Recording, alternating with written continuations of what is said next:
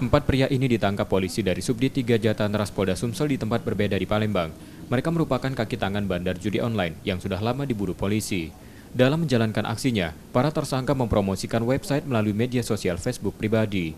Setelah korbannya masuk ke web mereka, secara otomatis uang korban deposit dan para tersangka menerima keuntungan.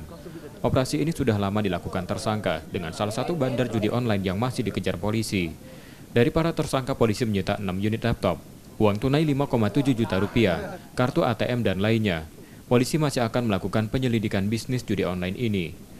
Pada saat kita lakukan penindakan, didapat ada 4 orang diduga pelaku perjudian online dengan barang bukti antara lain 4 laptop, 6 handphone dengan uang tunai 5.700.000. Para pelaku ini juga menerima upah atau gaji.